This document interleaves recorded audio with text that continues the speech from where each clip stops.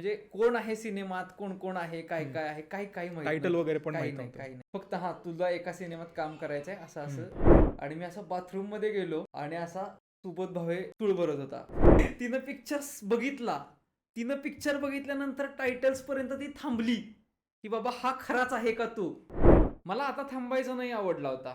तो चांगला आहे. खूप छान पिक्चर होता. कौतुक वाटतं शिवराजचं की बाबा आपल्यापैकी कोणीतरी एक पुढं गेलाय, त्यानं असा सुंदर सिनेमा केलाय. म्हणजे पुढं गेलाय एवढंच नुसतं नाही, महत्वाचं नाहीये, एक बेंचमार्क त्याने सेट केलाय. बरोबर. मराठी फिल्म्सची फ्रिक्वेन्सी म्हणजे चांगल्या फिल्म्सची जरा कमी झाली आहे. खूप कमी झाली. वळू त्यासारखे सिनेमे, सिनेमे हा. नाहीयेत. वळू काय वेगळ्या लेवलला आहे. खूप सुंदर सिनेमा. म्हणजे ट्रिप बसती वळू बघितला की. ड्रायव्हरच्या बाजूला बसायचो हा. आणि त्याच्याशी गप्पा मारत जायचो. त्याने मला सांगितलं होतं की मी रजनीकांतच्या फिल्म मध्ये ऍक्टिंग केलेली आहे. पेमेंट करा नाहीतर मी सुसाईड करतोय. तर त्या माणसानं जाऊन माझी पोलीस कंप्लेंट लिहिली.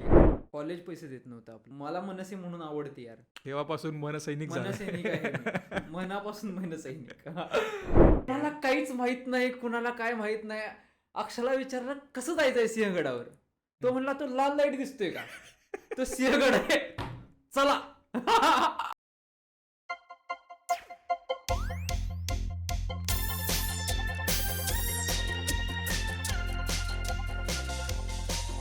दिनकर फुलेला किती वर्ष झाले. आणि काशीनाथ घाणेकर 2017 साली त्याचं शूट चालू झालं होतं आणि 2018 साली तो सिनेमा रिलीज झाला.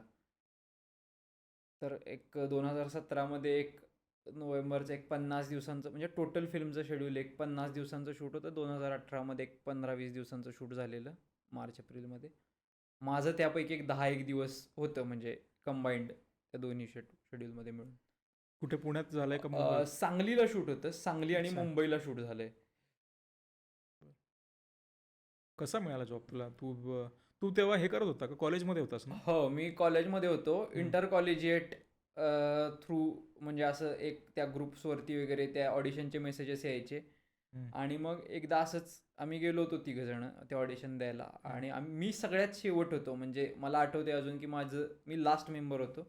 माझं झाल्यानंतर ती ऑडिशन बंद होणार होती. अच्छा. हा, कम्प्लिटली नाही त्या दिवशी पुरतं नाही, कम्प्लिटलीच एकच दिवस होती ऑडिशन आणि तिथं बंद होणार होती. मग त्याच्या आधी त्याला म्हणजे तो चिन्मय केळकर म्हणून एक कास्टिंग डायरेक्टर आहेत, त्याला आवडलं काम. मग त्यानं 1-2 अजून व्हेरिएशन घेतले किंवा असं करायला लावलं. 5-10 मिनिटं वगैरे बघितलं, कॅमेऱ्यात रेकॉर्ड करून घेतलं आणि जा म्हणला. माहिती होतं तेव्हा की? नाही, अजिबात नव्हतं माहीत. कुठल्या रोलसाठी आहे, काय आहे, काहीच माहीत नव्हतं त्यावेळी. फक्त असं त्याने सांगितलं फोन येईल. बरं म्हटलं ठीक आहे येईल. मग त्याच्यानंतर माझ्या एका मित्रानं त्यांच्याशी फॉलोअप ठेवला होता आणि त्यांच्या थ्रू सगळं म्हणजे त्यांना थोडंसं पुश करायला मदत केली की बाबा हा नाही आहे चांगला आहे चांगला आहे चांगला म्हणून. तर त्याच्यामुळं तिथं ते सोपं झालं डोर उघडणं त्या सिनेमाचं. तर ॲक्च्युली त्या सिनेमाचं पहिलं रीडिंग होतं काहीतरी 14 सप्टेंबरला. त्या दिवशी काशीनाथ घाणेकरांचा वाढदिवस असतो. अच्छा. त्या दिवशी त्याने ठेवलं होतं आणि मला काही माहीत नव्हतं की काय म्हणजे कशासाठी बोलवले, काय बोलवले, काय कोण कुठली फिल्म आहे काय. मी गेलो असंच रँडम म्हणजे. तर तिथं बाथरूममध्ये गेलो मी. व्हायकॉमच्या ऑफिसला बोलवलेलं. मला काय माहित आहे काय कोणतरी असेल म्हणलं काय आता सिनेमासाठी बोलवले वगैरे काय. तेव्हा पण माहित नव्हतं काय म्हणजे कोण आहे सिनेमात, कोण कोण आहे, काय काय आहे, काही माहित. टायटल वगैरे पण काही माहित नाही नव्हतं. काही. फक्त तुला एका सिनेमात काम करायचंय असं मोनोलॉग होता प्रॉपर त्याचा. म्हणजे त्या कॅरेक्टरसाठी दिलेला, जो पिक्चरमध्ये नाहीये कुठंच, पण त्या कॅरेक्टरचा एक मोनोलॉग होता. तर तो त्यांनी पाठ करायला दिलेला आणि तो त्याच्यावरनं तेवढंच एक जे काय होतं ते ब्रीफ होतं. आणि मी असं बाथरूममध्ये गेलो आणि असा सुबोध भावे चूळ भरत होता. आणि असं म्हणजे मी हाय म्हणलं, त्यांना असं असं एवढंच केलं. तिथनं बाहेर आलो मी. मग असं एक जण यायला चालू झाले. मग सुमित राघवन आला, मग सोनाली कुलकर्णी आली, मग नंदिता पाटकर आली, आल्या. तर ते सगळे आले असे आत आणि मग अरे म्हणलं काय कुठं आलोय मी, काय चाललंय. मग तिथे एक एडी होती, एक हर्षदा म्हणून. हम्म. मग ती म्हणली की तू नको इथं थांबूस, तू चल आपला, तू कॉफी पिलीस का? म्हणलं नाही, मला पाहिजे म्हणलं कॉफी पाहिजे. मग ती मला घेऊन गेली पॅन्ट्रीत. हे 2-2.5 तास टेबल रीड झाला ह्यांचा. हम्म. मग मी आत गेलो. मग त्या डिरेक्टरनं असं सांगितलं की अरे हा दिनकर फुले करणार आहे, असं आहे तसं आहे हे ते. मग असं हां हां हां हॅलो हॅलो ठीक आहे छान. तेव्हा फाटली असेल ना सगळ्यांना बघून? होती माझी. आणि मला माहित नव्हतं की हे म्हणजे असं काही असतं, किंवा नटपण माणसं असतात, किंवा एक आधी काच असायची ना मधी त्यांना बघण्याच्या आधी, ती एकदमच अशी खळकन तुटली आणि ती अशी एकदम माणसं म्हणून आली समोर. शिव्या देत बोलतायत ते लोक त्यांच्यात, म्हणजे जशी आपण भाषेत बोलतो तसे. हे कळायलाच थोडासा वेळ गेला होता, ते प्रोसेस व्हायलाच की अरे ही पण माणसंच आहेत. म्हणजे त्याच्या आधीपर्यंत असा एक्सपिरियन्स नव्हता कुठल्या ऍक्टर्सचा किंवा सेलिब्रिटी फिगर्सचा की ते असं अगदी जनरल माणसांसारखं बोलतायत की बाबा लागलेत कुणाची तरी.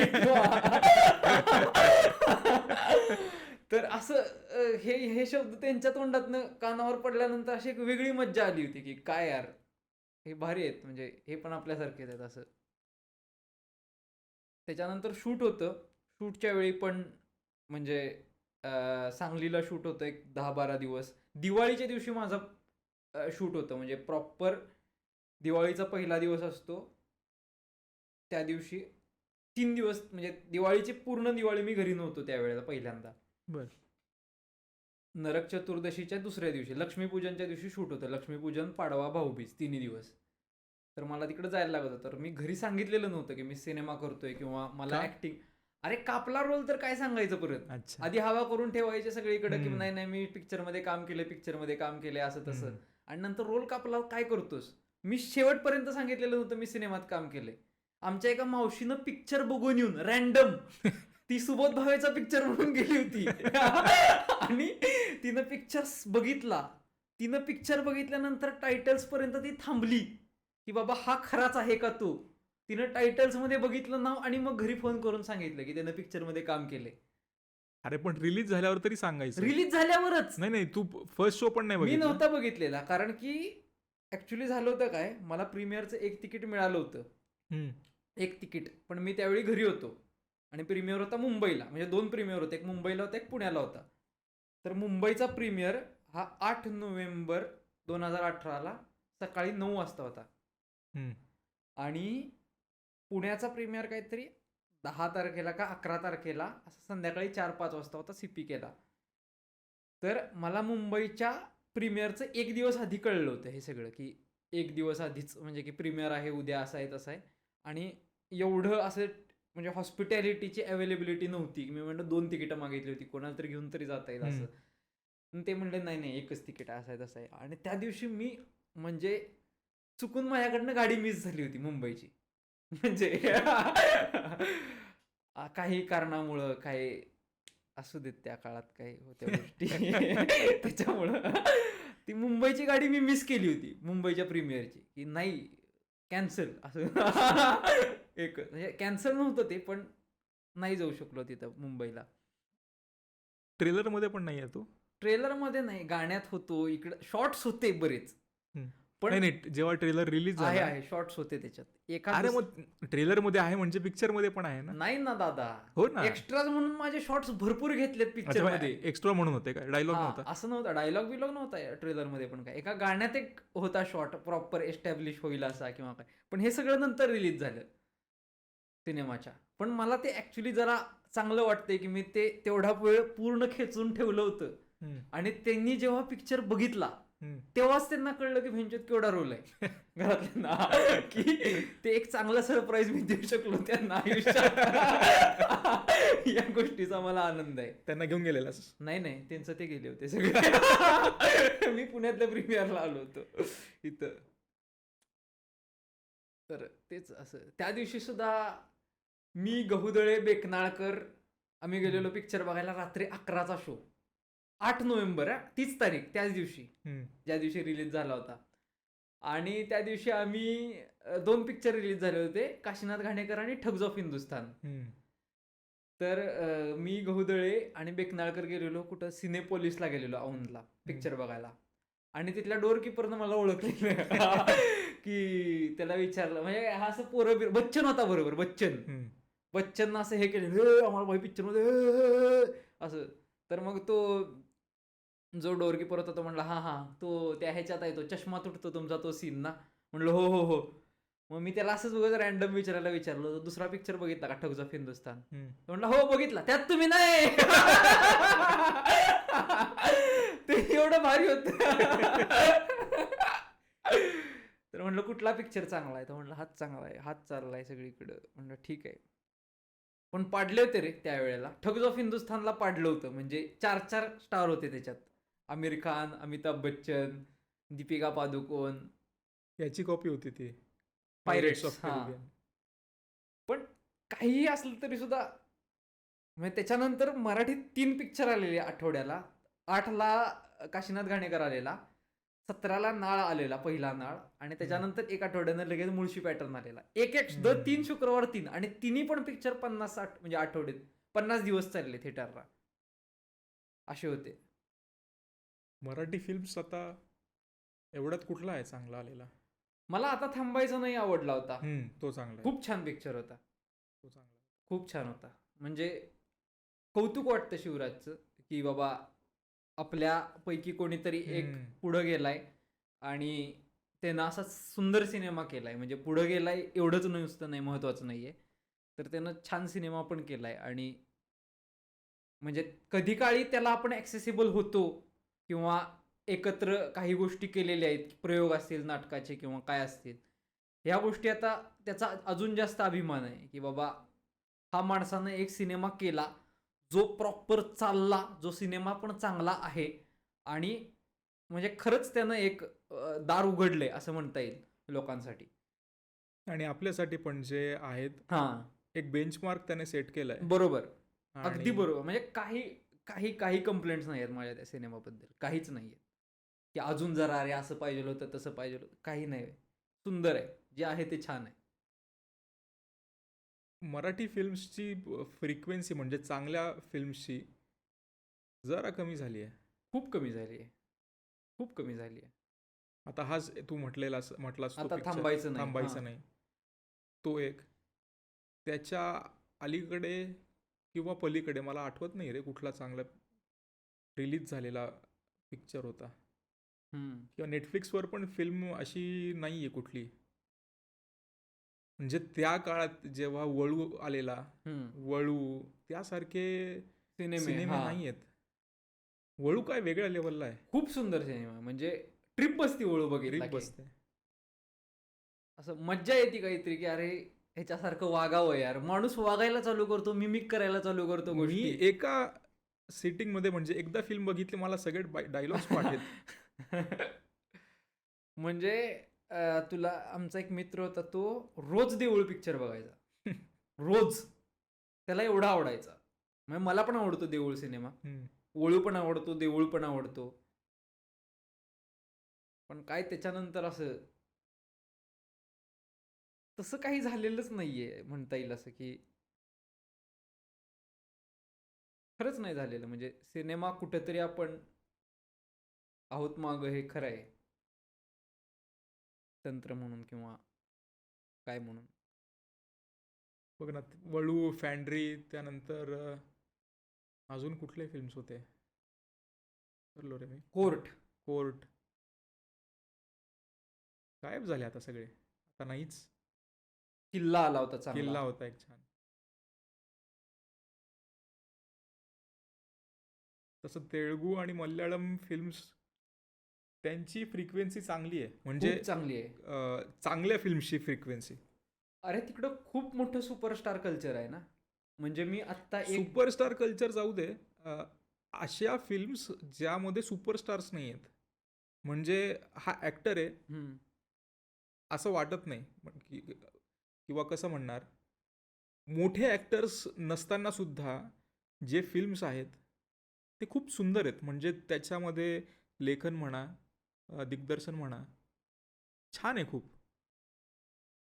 ते तर आहेच. हे जो तू म्हणतोयस हा कलेचा भाग झाला. हा, मी कॉमर्सच्या हिशोबानं पण विचार करतोय. आता मल्याळम मधले जे सुपरस्टार आहेत ते कोणतीही ऍड करत नाहीत. मी स्वतः अप्रोच केलंय त्यांना. अच्छा, फिल्म स्टार्स. फिल्म स्टार्स कोणतीही प्रोडक्टची ऍड करत नाहीत, ते शूट फक्त आणि फक्त सिनेमासाठी करतात. हां, ते पण आहे रे. मग याच्यामध्ये लॉजिक बरोबर आहे, की जर एखाद्याला इन्स्टाच्या तू फीडमध्ये सुद्धा शाहरुख खान बघत असशील, बरोबर. तू टी व्हीवर पण ॲड्समध्ये शाहरुख बघत असशील, तू पोस्टरवर पण शाहरुख बघत असशील, तर मग मी ती का एक जाऊ सिनेमा बघायला? हां, का कारण जाऊ आता थिएटरला जाऊन? का 100 रुपयाचं तिकीट काढू मी? त्यांनी त्यांची मर्यादा फक्त त्या फिल्म्स पुरताच फिल्म्स ठेवलेली पुरतीच आहे असं ठेवली आहे. वाटतं मग. माझं फिल्म माझं आयुष्य, हम्म. संपला विषय. म्हणजे कमर्शियल फक्त पैसाच पाहिजे, पैसा पाहिजे यापेक्षा कलेपुरता त्यांनी ते बरोबर हे ठेवलेलं आहे. बरोबर बरोबर बरोबर. हे आहेच ना म्हणजे कुठेतरी. नाही आपले ते हिंदी आणि मराठी सगळे थिएटर पण करतो, रील पण करतो, प्ले 11 का काय तुमच्या ऍड्स रमी. पण करतो, तुम्हाला प्रमोट पण करतो, मग अजून काय प्रायोगिक नाटकाचे पण प्रयोग करतो, हे मग ते अजून ठीक आहे. सूत्रसंचालन पण करायला जातो. हम्म. प्रायोगिक नाटक हे स्वतःसाठी असावं मी असं म्हणत नाहीये, हम्म. पण मी हे सगळं करतो, मी सर्वव्यापी आहे हे जो दाखवायचा प्रयत्न आहे ना, त्याच्यामुळे इकॉनॉमी बूस्ट होत नाहीये कुठंतरी त्याच्या मागची. इकॉनॉमी पुढची गोष्ट झाली रे, पण त्या अलीकडे चांगले फिल्म्स येणं गरजेचं आहे. त्यानंतर कदाचित ते सॉल्व्ह होईल, जे धुरंधरने सॉल्व्ह केलं. त्याच्यामध्ये अशी कमी नाही आहे कुठल्या गोष्टीची, आर्ट वाईज म्हणतोय मी, कमी नाही आहे कुठली. ती आर्ट वाईज पण चांगला आहे तो फिल्म, आणि बरोबर. कमर्शियली पण त्याने हे केलंय. कमर्शियली सक्सेस व्हायच्या आधी छान वाटली पाहिजे फिल्म, म्हणजे बरोबर. लेखन आणि दिग्दर्शन जरी आहे चांगलं आहे असेल. आहे आहे एक फिक्शन म्हणून जर त्याकडे बघितलं नाही नाही, मी धुरंधरकडं, हे म्हणतोय हां, की हां. मराठी फिल्ममध्ये ते पाहिजे किमान, जे मल्याळम आणि तेलुगू फिल्म्समध्ये खूप जास्त आहे. तिकडं हे तू जे म्हणतोयस ना, मला ह्याच्या थोडंसं अजून हे करायचं आहे. हे कधी होऊ शक्य आहे की असे सिनेमे करणं, हम्म. की बाबा एखादा ऑफबीट सिनेमा करणं, किंवा हे हम्म. कधी शक्य आहे? ज्यावेळी माझी इकॉनॉमी ही बूमिंग आहे त्या फील्डमधनं. म्हणजे जर समजा मी एक 4 पिक्चर प्रोड्यूस करतोय, हम्म. मी एक प्रोड्युसर आहे, मी 100-100 रुपये 4ही पिक्चरला लावतोय, मला 3 पिक्चरमधनं जर समजा 100चे 110 रुपये मिळवून देणं हे मला नाही आता ओ टी टीमुळे ते नाही आहे गरजेचं. नाही 100चे 110 रुपये टोटल म्हणतोय मी. फिल्म ही एक 100 रुपयाला बनवली फिल्म, ह्याचे मी 110 रुपये मला मिळाले पाहिजेत, हा माझा व्यवहार आहे. ह्या 3 फिल्म मी जर तशा 100ला 110 रुपये जर मी प्रमाण विकत असेल किंवा काय असेल, तर एक फिल्म मला माझ्या समाधानासाठी बनवायला काही प्रॉब्लेम नाहीये 40 रुपयाची. कारण मी 30 रुपये ऑलरेडी ह्याच्यातनं कमवलेले आहेत, या 3 सिनेमातनं 10-10 रुपये प्रॉफिटमधनं. त्याच्या माझ्या पदरचे 10 रुपये टाकले, 40 रुपयात माझा नाही, पण सिनेमा झाला. असं नाहीये ना की एखादी फिल्म जर लो बजेट फिल्म असेल आणि ती छान लिहिली आहे आणि छान फिल्म छान आहे, बरोबर, तर ती लॉसमध्ये जाईल याचं हे नाहीये. तेच मी सांगतोय ना. पण म्हणून आपण त्याच्यावरती अशा सिनेमांवरती म्हणजे मी तुला एक्झाम्पल दिलं 100 आणि 40चं, तर तिथं मी लावीन का 200 रुपये? मला माहित आहे ही फिल्म फ्लॉप पण होऊ शकते, मी लावतो ना 40 रुपये लावतो. त्यानं जर धंदा केला तर चांगलीच गोष्ट आहे, पण जरी ती वाईट झाली तरी हा एक्सरसाइज नाही थांबला पाहिजे की अशा फिल्म्स सारख्या सारख्या बनत राहिल्या पाहिजेत. ती काय म्हणतात, ती प्रोसेस ऑटोमेट झाली पाहिजे त्या प्रकारचे सिनेमा बनण्याची. ह्याच्याकडे त्या इंडस्ट्रीने हळूहळू लक्ष दिलेलं आहे. मल्याळम आणि आता एस्टॅब्लिश्ड प्रोड्युसर्स बद्दल बोलतोय, पण मी इंडी फिल्म्स पण म्हणतोय की ज्या प्रोड्युसर बद्दल कुणी ऐकला नाहीये. आपला शिवराज कसा आलाय वरती, तसं कुणीच नाही रे. म्हणजे तो गेला पुढे, त्याने एक बेंचमार्क सेट केलं, किंवा अशा अनेक लोक आहेत. नाही आहेत छान फिल्म्स, नाही आहेत. म्हणजे आदिश केळुसकरकडनं पण आपल्याला अपेक्षा होत्या. कौल बघून- सिनेमा बघून काय झालं होतं, म्हणजे कौल बघून मी वेडा झालो होतो की असं झालं की हेच आहे, हीच फिल्म आहे छान, हेच म्हणायचं आहे मला पण. तेव्हा म्हणायचं होतं म्हणजे. पण तेच आहे ना, म्हणजे की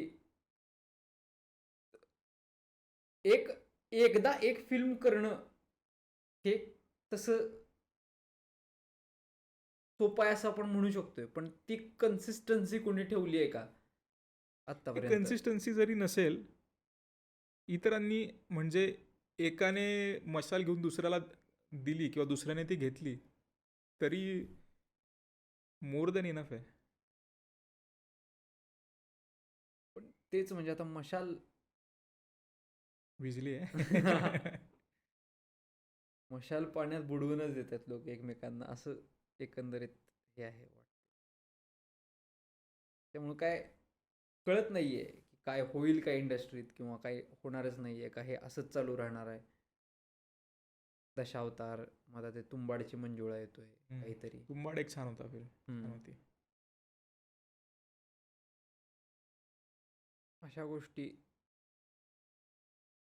तसं आता खूप फ्रिक्वेन्सी कमी झाली आहे. म्हणजे आता धुरंधर नंतर मी राजा शिवाजी पण बघून आलो. मला बरा वाटला सिनेमा, म्हणजे ठीक आहे. एस्पेशली ज्याच्यात संभाजी महाराजांचं, म्हणजे महाराजांचे थोरले बंधू, त्यांचं जे कॅरेक्टर दाखवलं ना, ते आजपर्यंत तेवढ्या प्रकारे कोणी दाखवलेलं नाहीये. एक्सप्लोर केलं नव्हतं हां, कोणी ते. हां. ती एक गोष्ट मला आवडली त्याची, की बाबा त्यांना एक तेवढा स्टारडम असलेलं कोणीतरी, म्हणजे तेवढं वेटेज किंवा काय त्या रोलला दिलंय, हे मला आवडलं पर्सनली. किंवा त्याच्या लिखाणातले काही बारकावे आहेत ते खूप छान आहेत.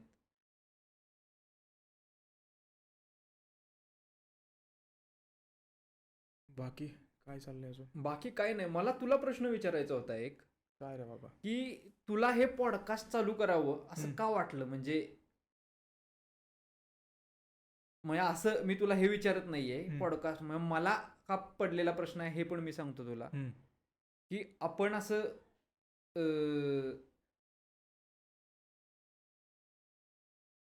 गप्पा मारायला एक, म्हणजे तुझं मी पॉडकास्ट ऐकलेत किंवा काय, पण एक गप्पा मारायला एक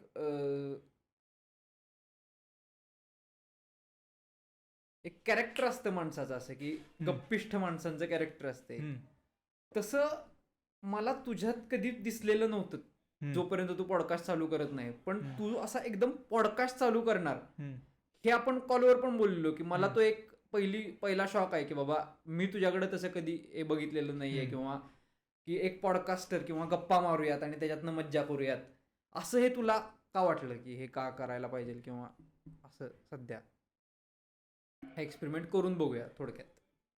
काय आहे ना, मी पॉडकास्ट खूप म्हणजे 17-18 पासून मी बघतोय. म्हणजे तेव्हा हिंदीमध्ये किंवा मराठीमध्ये क्रेज नव्हती पॉडकास्टची, किंवा पॉडकास्ट काय हे माहिती पण नव्हतं. तेव्हा मला वाटायचं की अरे हे असं केलं जर आपण आणि याच्यातून पैसे मिळाले तर किती छान आहे. मला आवडेल हे, लोकांची गप्पा मारून त्यांची विचारसरणी काय आहे किंवा त्यांचा दृष्टिकोन काय आहे जगाकडे बघण्याचा, हे मला जर समोरच्याकडून काढून घेता आलं आणि भविष्यात मला त्याचे पैसे मिळाले तर किती भारी आहे आयुष्य, हे मला तेव्हा वाटायचं. त्यानंतर पासआउट झालो, जॉब केला, नाटक केलं, परत पासआउट झालो. नाही, पासआउट मी एकदाच झालो, नाही वेगळ्या अर्थानं पासआउट झालो. हां. त्यानंतर तेव्हा पण मला चान्स होता, पण तेव्हा आडानचोट होतो. तेव्हा लक्षात नाही आलं की हे करू शकतो आपण, किंवा कदाचित तेव्हा पैसे होते, का नाही केला मला हे अजूनही कळलं नाही. कदाचित मूर्खात काढलं किंवा त्यावेळी का नाही केला हा प्रश्न नाही, असं हे चालू करूयात आत्ता, चालू करूयात, जेन्युनली माझ्या डोक्यात नव्हतं. जेव्हा मराठी पॉडकास्ट फेमस व्हायला लागले तेव्हा माझ्या सृष्टीला, माझ्या बायकोला, तिला माहिती आहे की मी वेगळे पॉडकास्ट बघतो आणि तिच्या पण फीडमध्ये पॉडकास्ट यायला लागले, तिच्या फीडमध्ये मराठी पॉडकास्ट यायला लागले. तर तिने मला फोर्स केलं. ती मला मागच्या 2 वर्षांपासून सांगते की तुला आवड होती आधी, किंवा तुला हे बघतो तू, तर तू का नाही करत आहेस, हे कसं करायचं, काय करायचं, तुझे मित्र पण फिल्म बॅकग्राऊंडचे आहेत, हे सेटअप कसा करायचा, ॲप्रोच कसं करायचं लोकांना, हे तुला माहिती होईल लगेच, हे तुला ॲक्सेसिबल आहे, तर तू का नाही करत याचा विचार कर. कारण एक गोष्ट मला माहिती होती की मी जॉब आयुष्यभर करणार नाही आहे. हम्म. ते जमणारच नाही आहे मला. आत्ता करतोय ते ठीक आहे, पण मला जमणार नाही आहे ते. मग तिने ते माझ्या डोक्यात काय म्हणतात, रोज ती सांगायची की हे कर कर कर, आणि एका दिवशी मला खरंच कंटाळा आला जॉबचा. हम्म. आणि मी विचारलं सगळ्यांना, तुला आपलं पण बोलणं झालं, आणि ठीक आहे म्हटलं करून बघूया हा. काय प्रकार आहे, आणि मजा आली तर ठीक आहे. मी अजूनही एक्सप्लोरिंग नाही फेजमध्ये नाही, माझं का चालू केलंस हम्म. ह्याचं म्हणजे मला तेच बघायचं होतं की तुझं काय थॉट प्रोसेस होती म्हणजे. मला एवढंच आहे रे की वेगवेगळ्या लोकांना भेटता येईल, आणि त्यांची विचारसरणी, त्यांची थॉट प्रोसेस ही मला जाणून घ्यायला आवडेल. आणि मला असं नाही आहे की मला सेलिब्रिटीजशी बोलायचं आहे हम्म. की सुबोध भावे आले उद्या, किंवा माझा गोल हा नाही आहे की उद्या मला अमिताभ बच्चन किंवा शाहरुख खानशी बोलायचं आहे, किंवा फेमस सेलिब्रिटीजशी बोलायचं आहे, हा नाही. पण मला एक उद्या एखादा बस कंडक्टर आला जो हुशार आहे, हा. किंवा त्याचे काहीतरी वेगळे किस्से आहेत, हा. हे मला आवडेल. हा, मी एक हे सांगतो, मी जॉबला होतो ॲक्सेंचरला, हा. तेव्हा आम्ही शटलने जायचो, हा. बस असायची, आणि मला मागेच बसायला आवडायचं नाही. हा. म्हणजे जे 32 किंवा 52 सीट्स असतात, हा. त्या लोकांसोबत मला बसायला मजा यायची नाही. हा. मी ड्रायव्हर सोबत बसायचो, ड्रायव्हरच्या बाजूला बसायचो, हा. आणि त्याच्याशी गप्पा मारत जायचो हा. की कुठल्या गावचा आहे भाई तू, हा. काय चालू आहे. मग त्याने मला याने सांगितलं होतं, आमचं मैत्री झाली बऱ्यापैकी. हम्म. त्याला मी सांगितलं की मी नाटक वगैरे पण करतो, हम्म. नाटक एक लिहितोय मी. हा. त्याने मला सांगितलं होतं की मी रजनीकांतच्या फिल्ममध्ये ॲक्टिंग केलेली आहे. फक. हा. तो म्हणे, माझा 2 सेकंद का 2 मिनिटाचा रोल होता, हा. डायलॉग्स नव्हते, त्या सीनमध्ये काहीतरी काम होतं त्याचं. हा. म्हणून मी रजनीकांत सोबत काम केलेलं आहे. तर मला मजा आली रे. कॅरेक्टर होता तो.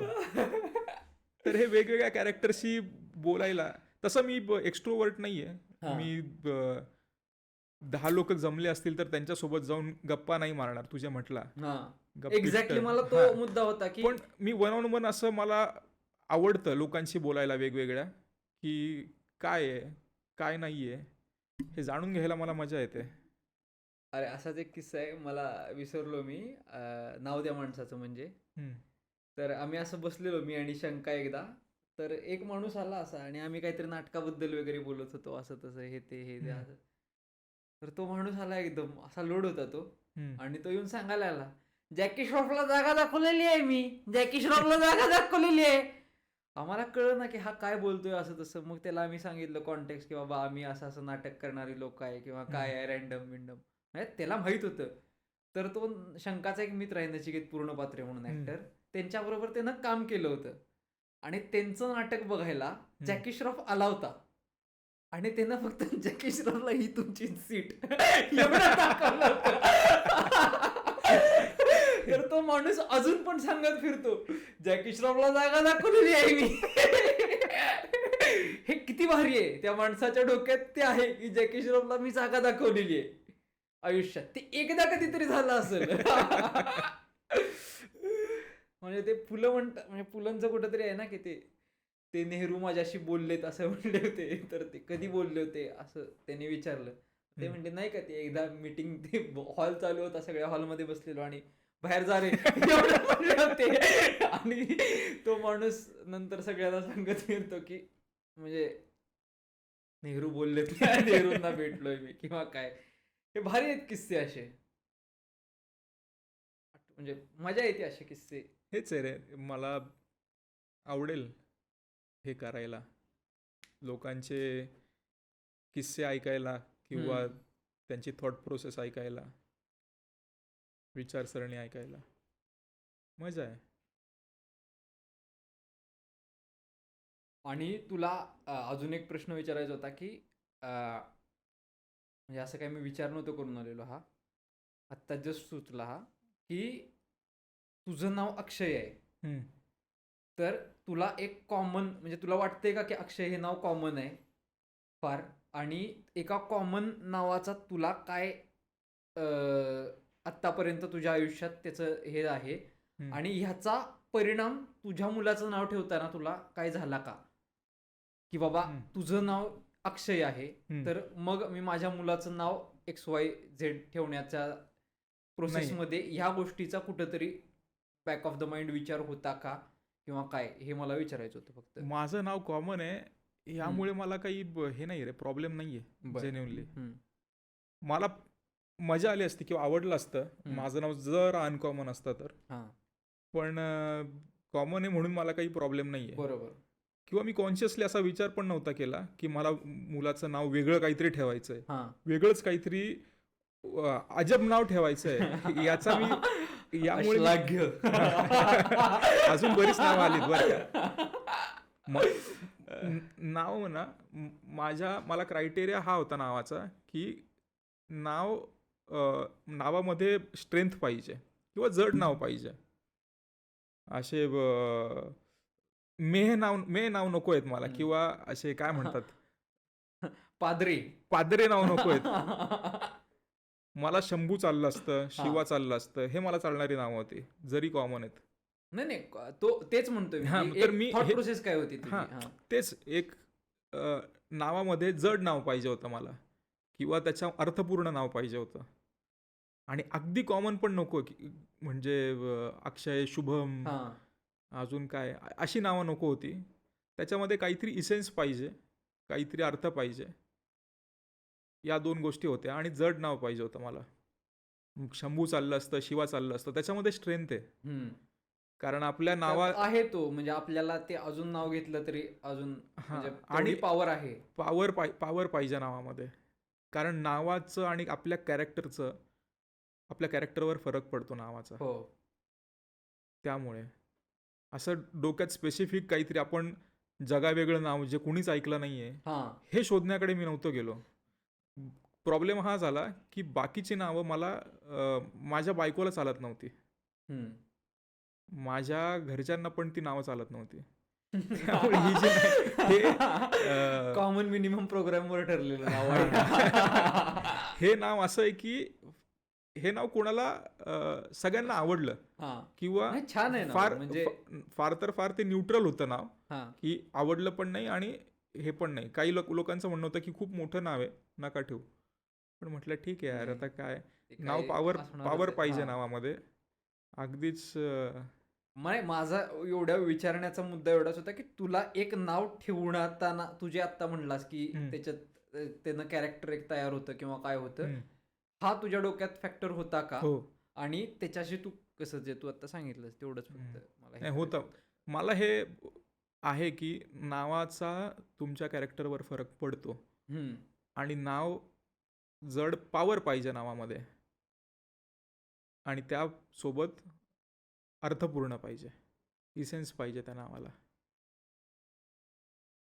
ते अजून नावाला आपल्या इकडे ट्रेडमार्क लावायची पद्धत नाही आहे, एक चांगला आहे. म्हणजे आता आमच्या कंपनीचा नावाचा एक इश्यू चाललाय त्याच्यामुळेच.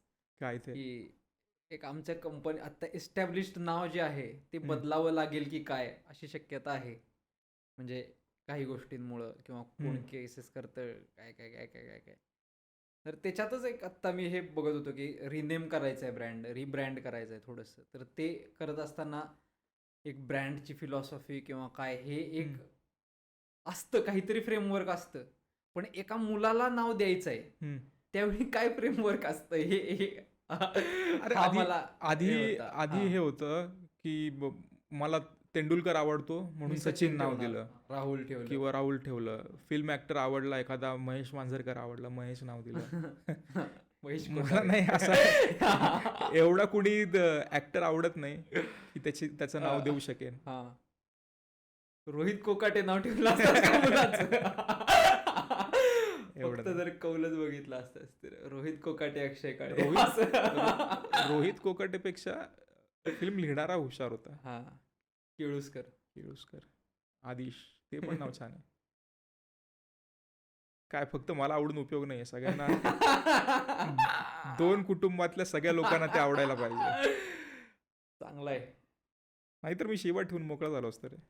जास्त विचार करायचा नाही, 2 अक्षरी नाव आहे.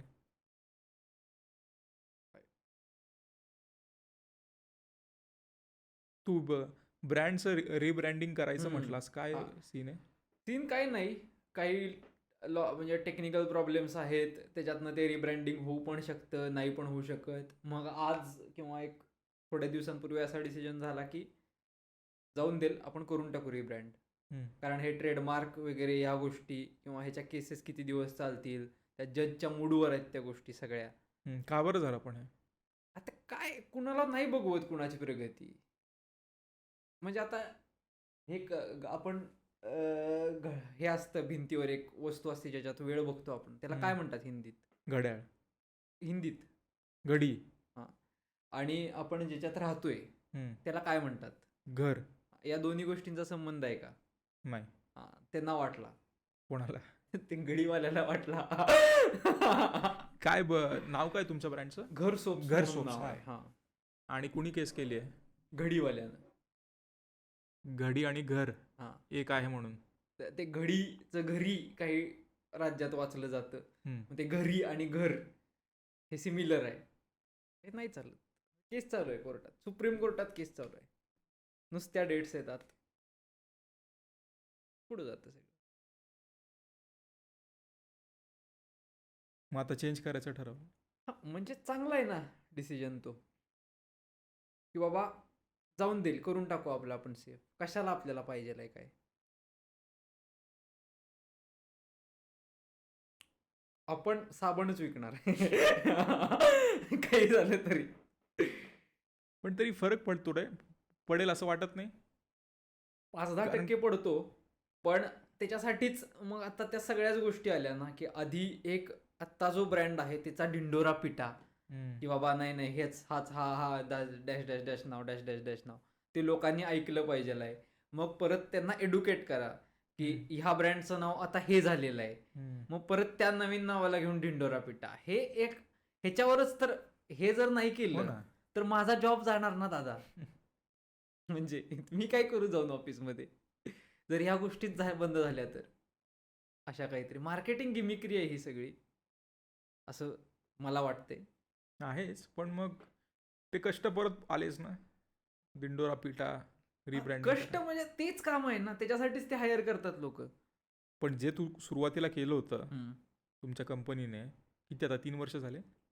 4-5 वर्ष. 4-5 वर्ष जे ब्रँड बनवलंय, जी इमेज क्रिएट केली आहे, ती परत रिबिल्ड करावी लागणार. नाही, मला नाही वाटत त्याची, कारण एक लँग्वेज फिक्स झालेली असती, ब्रँड लँग्वेज किंवा काय. त्या नवीन गोष्टी फक्त त्या साच्यात येतात, तो साचा तयार आहे. आता जरी मला रोजचं काम, जरी मला घर सोप्स म्हणून जरी त्या कंपनीचं ऑपरेशन्स करायचे असले तरी मला ऑपरेशन्स नाही बदलणार. नाही, मी तेच म्हणतोय, मार्केटिंग ऑपरेशन्स, की बाबा आता जे काही मला मार्केट करायचं आहे किंवा काय गोष्टी करायच्या आहेत त्याच्यासाठी मला तेवढाच हे द्यायचं आहे. माझ्याकडे जर आता समजा मी काहीतरी नवीन ब्रँड घेऊन जातोय, तर ही एक ॲडिशनल ऑपॉर्च्युनिटी आहे लोकांसमोर जायला, की बाबा आता अमुक गोष्टीचं अमुक गोष्ट झाली आहे, अमुक गोष्टीची अमुक गोष्ट झाली आहे. आणि ह्याच्यात लोकांना फरक पडत नाहीये. लोकांना काय पाहिजेल आहे? चांगल्या रेटमध्ये मला तुम्ही चांगला प्रॉडक्ट द्या, मी तुमचा प्रॉडक्ट विकत घेतो. बॉटम लाईन आहे ही, म्हणजे प्रत्येक व्यवसायातली.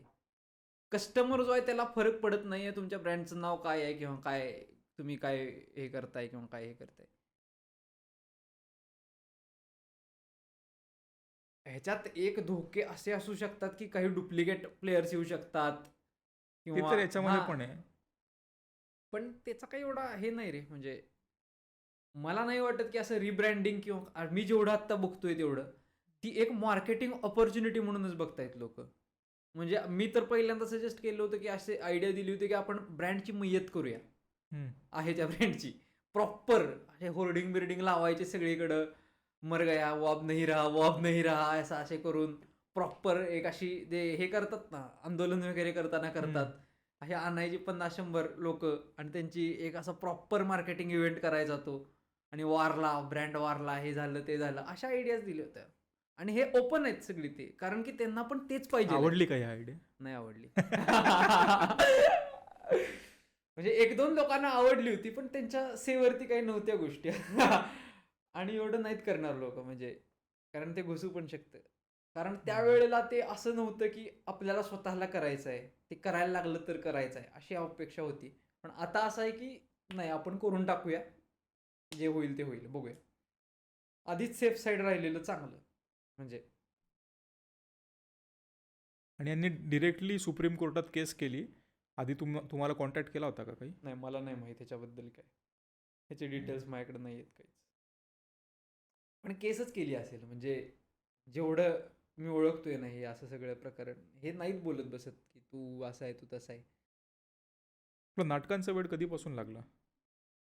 नाटकांचं वेळ म्हणजे असं फर्स्ट इयरला आलो होतो आणि आपण म्हणजे प्रत्येक म्हणजे म्हणजे मी एम आय शाळेत टीला नव्हतं होतो. वेळ किंवा नव्हतं एवढं काही नव्हतं असं शाळेत. नाटकं बघितली पण नाही नव्हती? नाही कराडमध्ये कुठं असणार आहेत नाटकं काय. एखादं बघितलं बहुतेक, मला वाटतंय मी गंगूबाई नॉन मॅट्रिक नावाचं नाटक बघितलं होतं हम्म, थिएटरला जाऊन. हम्म. तेवढं एकच नाटक बघितलंय. असं त्याच्या आधी असं नाटकं बघितलीत वगैरे असं नाही आहे. शाळेत जे काय होतात छोट्या छोट्या गोष्टी, मुलांची नाटकं काय, ते तेवढंच.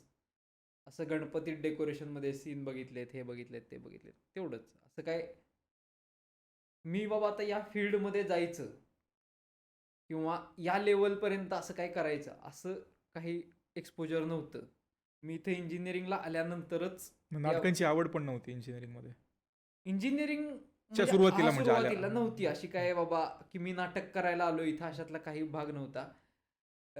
खरं बॉटम लाईन सांगायचं झालं तर आमच्या वर्गात 70 पोरांचा स्टाफ म्हणजे टोटल कपॅसिटी 70 होती. कुठली फील्ड होती तुझी? ENTC. पण नाही, आमच्या ENTC, इकडे कसं असायचं MITला, मेन MITला हम्म, फर्स्ट इयरला सगळे मिक्स असायचे. हम्म, सगळे मिक्स असायचे, त्यांच्या एकत्र डिव्हिजन्स असायच्या. हम्म, आणि मग त्याच्यानंतर ते सेकंड इयरपासून सगळे आपल्या आपल्या डिव्हिजन्स म्हणजे ब्रांचेसला जायचे. हम्म. आमच्या वर्गात 61 मुलं होते आणि 9 मुली होत्या.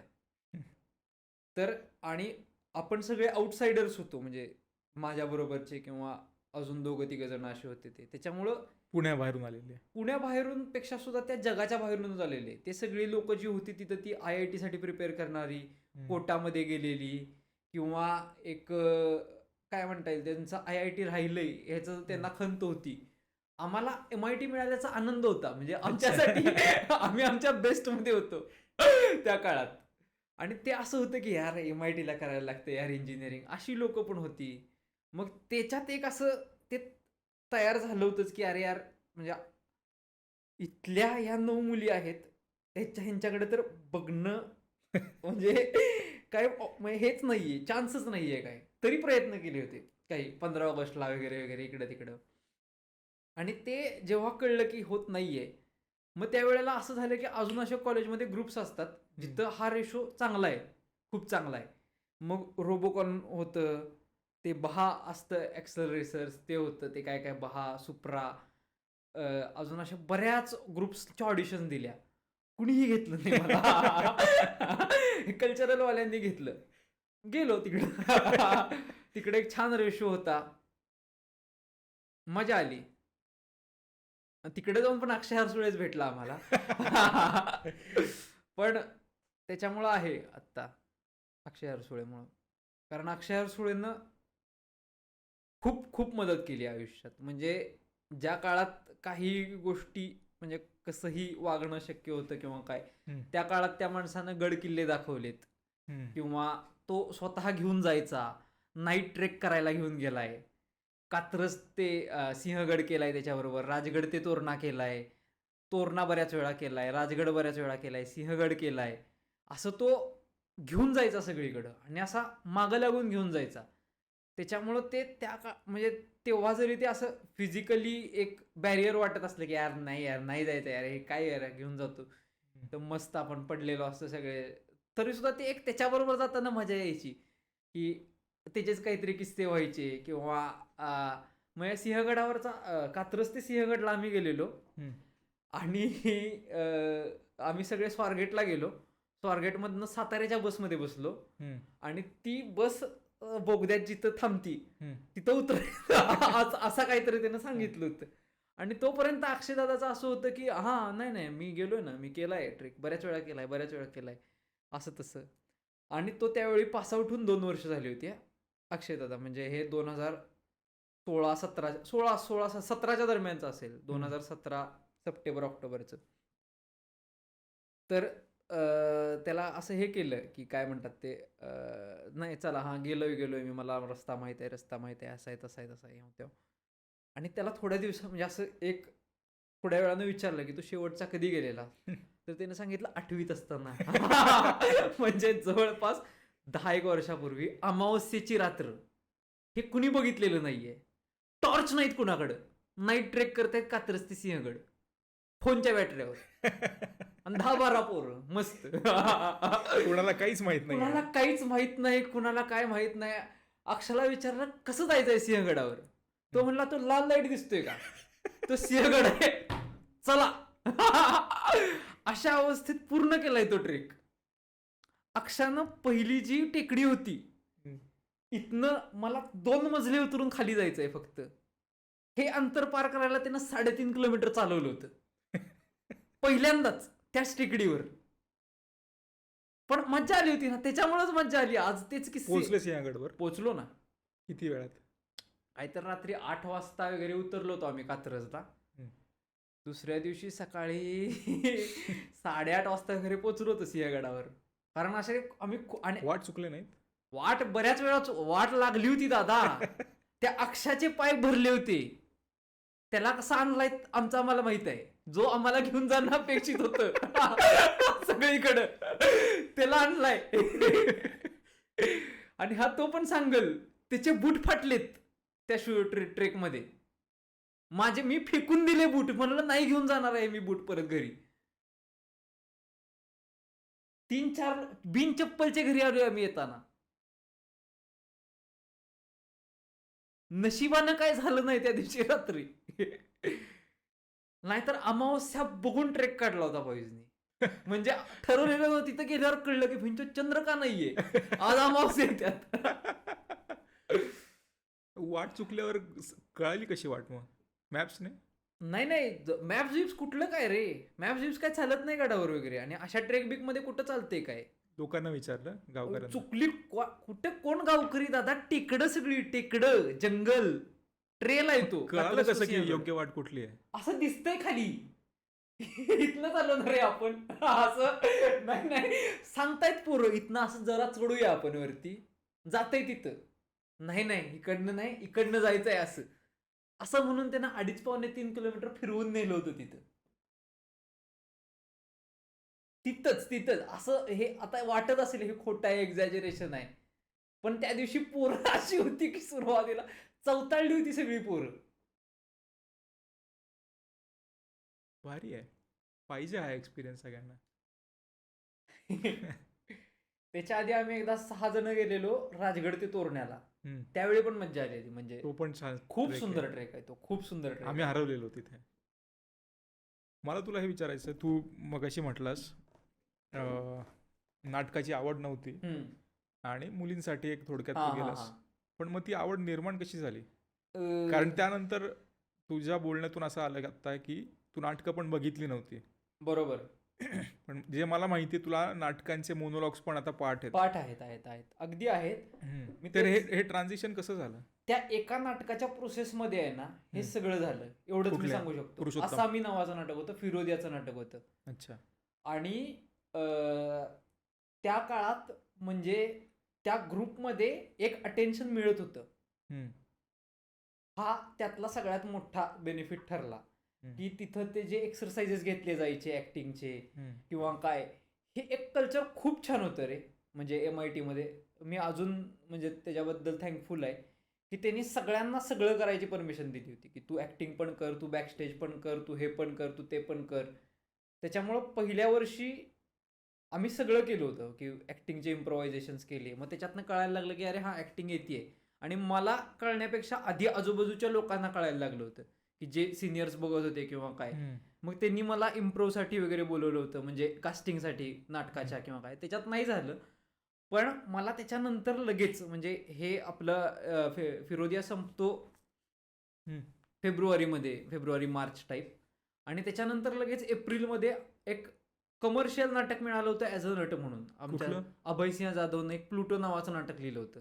कमर्शियल म्हणजे त्याचा एकच प्रयोग झाला, पण त्यावेळी ते असं करायचं होतं. मग त्याच्यानंतर ती जी 2 महिने प्रोसेस होती ना, त्यात जी मज्जा आली होती आणि त्यात एक जे बॉन्डिंग झालं होतं सगळ्या टीमचं किंवा जी लोक होती त्यांचं, तोच एक फॅक्टर ठरला की तिथं त्या ग्रुपशी टिकून राहण्यात. नाही, ग्रुपशी टिकून राहणं ठीक आहे, पण नाटकाची आवड कशी झाली? किंवा वेगवेगळी नाटकं तू जाऊन नंतर बघितली, त्यांचे मोनोलॉग सुद्धा पाठ आहेत तुझे. अ, तेच की एक हे नाटक म्हणजे हे आवडलं, ही प्रोसेस सगळी एक नाटक करायला आवडायला लागलं. हम्म, मग सिनियर्सनी सांगितलं की तुम्ही नाटकं बघितली पाहिजेत, हम्म, तुमचं बघणं कमी आहे किंवा काय, असं म्हणून ते आम्हाला घालवायला लागले. मग ते एक महाराष्ट्र शासनाची स्पर्धा असती काहीतरी हम्म. ती, राज्यनाट्य. राज्यनाट्य, हा सॉरी. तर त्या राज्यनाट्याचा पास खूप स्वस्त असतो, त्याचं काहीतरी तिकीट 10 रुपये 20 रुपये असं असतं हम्म. काहीतरी. तर ती रोज नाटकं जाऊन बघायला लागलो. रोज बसायचो मी आणि वामन, रोज. म्हणजे तो एक महिनाभर असतात ती नाटकं, आणि ती हौशी लोकांची नाटकं असतात, त्याच्यामुळे ती तेवढीच मस्त असतात की त्याच्यात मज्जा येते. मग त्याच्यातनं गोष्टी, म्हणजे काय म्हणता येईल, ते चुका कळायला लागल्या. तोपर्यंत मी अजून चांगलं नाटक बघितलेलंच नव्हतं की काय हम्म. असतं चांगलं नाटक. म्हणजे तेच पुरुषोत्तमची फिरोदियाची एकांकिका त्यातल्या चांगल्या. कुठलं नाटक बघितलंय चांगलं पहिलं? पहिलं चांगलं नाटक मी बघितलंय, कुठलं बघितलं यार, म्हणजे समोर बघितलं की समोर समोर समोर युट्यूबवर? समोर समोर तेच सांगतोय, समोर पहिलं बघितलेलं आठवतोय आता. काय असं बघून तेव्हा माझ्या मते 2 शूर वगैरे लागायचे. दोन प्रयोग. शूर मी खूप नंतर बघितलं लाईव्ह. त्याच्या आधी मी ते ऑनलाईन म्हणजे नेटवर बघितलं होतं. पण ते आहे की ते नेटवर छान वाटतं नाटक, पण समोर वाटते की काय केलं असेल यार त्यांनी. आपण बघितलं एकत्र, मला वाटतं त्या तुमच्या ह्यानं प्रयोग लावले होते आर्टिमिडीजनं हम्म. त्यावेळेला. विंगेतून? अच्छा, नाही, मी नाही बघितलं, मी नव्हतो तेव्हा. मी माझ्याकडे तिकीट होतं दुसऱ्या लाईन मधलं. हम्म, मी खूप आधी बुक केलेलं, 3 दिवसांचं बुक केलेलं मी. हम्म. पहिल्या दिवशी 2 शूर आणि ते भूमिका होतं, दुसऱ्या दिवशी भूमिका इतकंच जुनं आहे? नाही, भूमिका जुनं आहे? भूमिका जुनं नाटक आहे, इतकं जुनं आहे? 2017-18 सालचं नाटक आहे भूमिका. नाही, 17-18-19. नंतरच आहे माझ्या मते. नाही नाही नाही, 17-18 साली त्याचा पहिल्यांदा प्रयोग झालेला पुरुषोत्तमचा, हम्म. आणि त्याच्यानंतर त्यांनी ते कमर्शियल केलंय. त्याच दिवशी होतं भूमिका आणि 2 शूरचा प्रयोग होता तो. मी गालिब मी खूप वेळा बघितलं. आणि मी गालिब.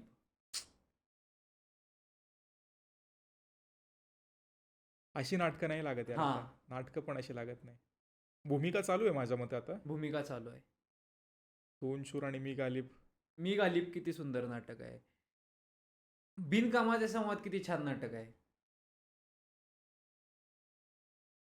प्रॉपर नाटक आहेत. पहिलं कुठलं बघितलं यार चांगलं नाटक, आत्ता आठवत नाहीये मला काहीच कुठलं पहिलं बघितलंय. पण मी आधी ही छान नाटकं बघितलीत, म्हणजे सगळी राज्यनाट्याची हौशी लोकांची नाटकं. मग त्याच्यात हे झालं की असं लोकांवरती हसल्यामुळं का काय माहीत, एक स्वतःबद्दल कॉन्फिडन्स तयार झाला. हम्म. त्याची मदत माहीत नाही मला ते बरोबर आहे लॉजिक किंवा नाही आहे, पण एक तो कॉन्फिडन्स तयार झाला. मग चांगली चांगली नाटकं बघत गेलो, आणि मग त्याच्यातनं ती लागली आवड. म्हणजे त्या गोष्टी आवडायला लागल्या, किंवा त्यातलं हे कळायला लागली, मजा कळायला लागली की त्यात मजा कुठं आहे नक्की किंवा काय. मग आपण सोलोच कॉम्पिटिशन पण केली होती एकत्र. तेच. त्यावेळी लिखाणाची ॲक्च्युली माझी जर्नी त्या सोलोपासून चालू झाली असं म्हणता येईल. म्हणजे त्याच्या आधी मी कॉलेजसाठी नाटकं वगैरे लिहायचा पण प्रयत्न केला होता, हम्म. पण मला ते फार तिथं नाही जमलं ते करताना. पण जो माझा सोलो होता तो मी लिहिला होता, आणि तो सोलो वाचून दाखवताना तर म्हणजे अशी मला मज्जा यायची, आणि ऐकणाऱ्यांना पण यायची. हम्म. त्याचा परफॉर्मन्स गणला काय झालं ते गोष्ट वेगळी, की त्या गोष्टी आपण बाजूला ठेवूया. पण त्याचं लिखाण अजून आहे माझ्याकडं, आणि मला ते आवडतं वाचायला अजून सुद्धा, की अरे मी पहिलं लिखाण हे केलंय, असं एक निबंध आहे तो अख्खा. पण मज्जा येते. म्हणजे असा जर एखादा मी काहीतरी लिहिलंय आणि ते मी वाचतोय आता, तर ते छान आहे. नाटक किंवा सिनेमा ऍक्टिंग का सोडली तू? का असं नाहीये? असं नाही आहे ॲक्च्युली. सुदैवानं मी 24 तारखेला एका शूटला चाललोय. हो. अच्छा, कुठली फिल्म आहे? मराठी? शॉर्ट फिल्म आहे, हा. मित्रच आहे दिग्दर्शक, पण पण अभय? अभय सिंह डिरेक्ट करतोय. असं सोडलेलं नाही आहे काहीच, आहे. चांगलं आहे. या गोष्टी करत राहायला पाहिजे.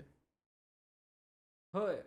आणि म्हणजे हे असं आहे ना, की मला एक कळलंय या गोष्टीत, की जर तुम्हाला ह्याच्यात राहायचं असेल, तर तुम्हाला फक्त अवेलेबल राहायचं आहे सगळ्यांसाठी. म्हणजे सगळ्यांसाठी इन द सेन्स कुठलीही अपॉर्च्युनिटी सोडायची नाहीये. हम्म. पण ते पॉसिबल पण होतं. आता तू जॉब करतोय, हम्म. सॉरी, जॉब करताना तुला जर 5 दिवस हे असेल, हम्म. पहिल्या प्रोजेक्टसाठी 5 दिवस सुट्टी टाकशील, बरोबर. नेक्स्ट प्रोजेक्टसाठी काय? होतात गोष्टी मॅनेज. हा विचार आपण आत्ता करतोय हाच प्रॉब्लेम आहे मुळात. हम्म. जेव्हा तो प्रॉब्लेम समोर येतो ना, तेव्हा काहीतरी गोष्टी होतात सॉर्ट. नाही, तू म्हटलं आता अवेलेबल राहणं गरजेचं आहे. सगळ्यांसाठी अवेलेबल राहणं गरजेचं आहे. आता मला त्याचा फोन आला होता, की असं असं आहे, एक असा असा रोल आहे, हम्म. म्हणजे किंवा जे काय असेल ते तू करशील का. मी नाही विचारलं त्याला, की तू काय बाबा, काय गोष्ट आहे, काय आहे, काय आहे, कसं आहे, नाही, काय. ते म्हणणं नाही माझं. हां. मी अवेलेबिलिटीचं हे म्हणतोय की तेवढी जर आपण कमिटमेंट देतो एखाद्या गोष्टीला, कन्सिडरिंग आपण जॉब करतोय, तर ती कमिटमेंट टिकली पाहिजे तितकी. किंवा ते हे मला निरंजन पेडणेकरचं एक कौतुक वाटतं. तो माणूस जॉब करून इतकी नाटकं करतो. हो हो हो. त्याचं तू उच्छाद नाटक बघितलंस का? नाही. नाही, आता बंद झालं ते, बघू पण शकत नाहीस तू. पण खूप छान नाटक होतं. खूप छान नाटक होतं उच्छाद. मला आवडलं होतं, खूप आवडलं होतं नाटक. म्हणजे तू हे करतो कसं, हे मला खरंच त्याला बोलवेन मी एक दिवस पॉडकास्टला, प्लीज बोलव. की हे करतो कसं यार तू. आणि तो नुसतं हे करत नाही, तो त्याचा जॉब करतोय, तो स्वतःची नाटकं करतोय, तो मुलांचे वर्कशॉप्स घेतोय, आणि तो आपलं नाटक बघायला आला होता. म्हणजे तो एवढा ऍक्सेसिबल आहे लोकांना. त्याचं काय वय असेल? 50s तरी असेल. 50s नाही रे. अरे 10 वर्षापूर्वी त्याची मुलगी 7वी-8वीत होती. म्हणजे आपण ज्या काळात त्याच्याशी बोललोय त्याला आता झाली आहेत, एक 7-8 वर्ष झाली आहेत. त्या काळात त्याची मुलगी 7वी-8वीत होती. तो फुटबॉल खेळतो. फिजिक भारी आहे त्याचं, मेंटेन आहे, फिट आहे. त्याच्याकडे बघून वाटत नाही 50शीचा. मला नाही वाटत 50शीचा असेल. 45 असं, म्हणजे तेवढा तरी असेल तो, असं मला वाटते. अर्ली 40s ठीक आहे, किंवा लेट 30s. लेट 30s तर नसेल, आपणच तिशीत आलो रे. अरे यार,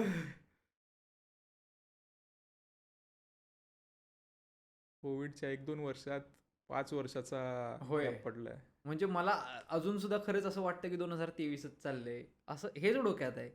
असं 2026 आजची तारीख आहे असं वाटत नाही मला. माझं वय विचारलं तर मी 2023च्या हिशोबानेच कॅल्क्युलेट करतो अजून. 26 वर्ष वय आहे माझं.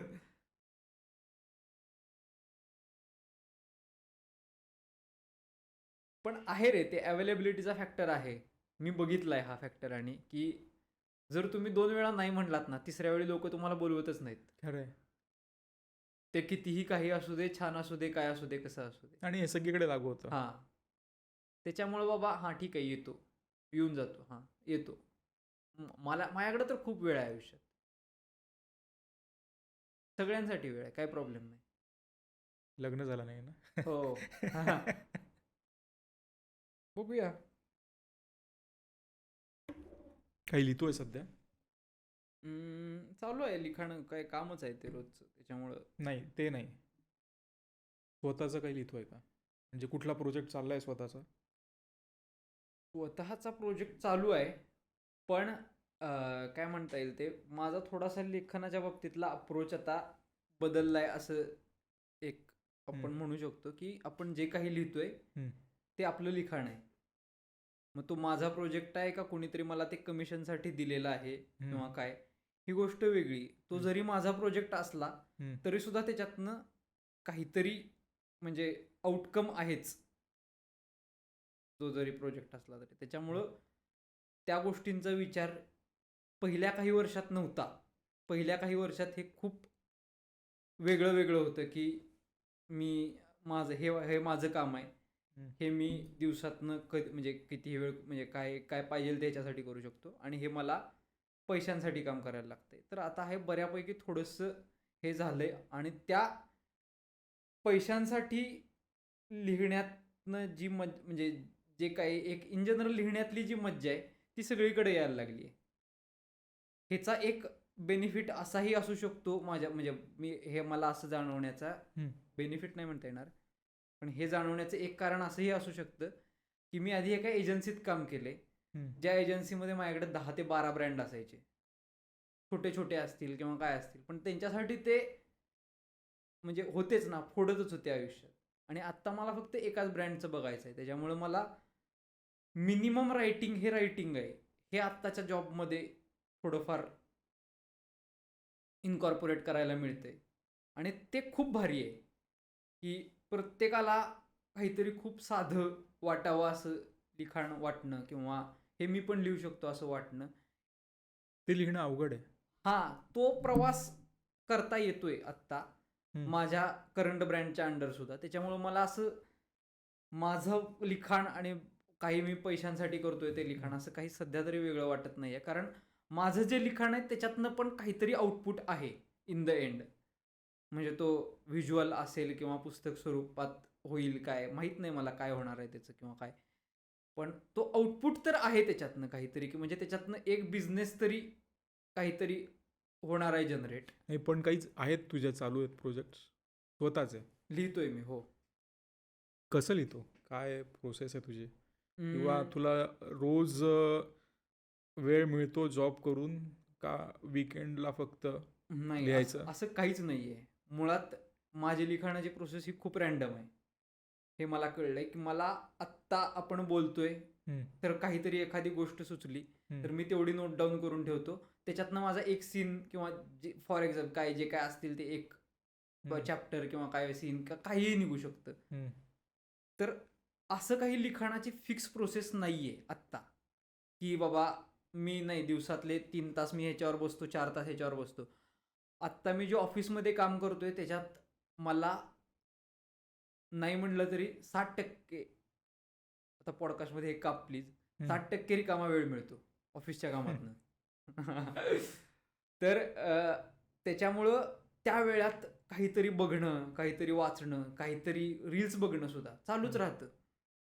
आणि त्यातनं गोष्टी सुचतात.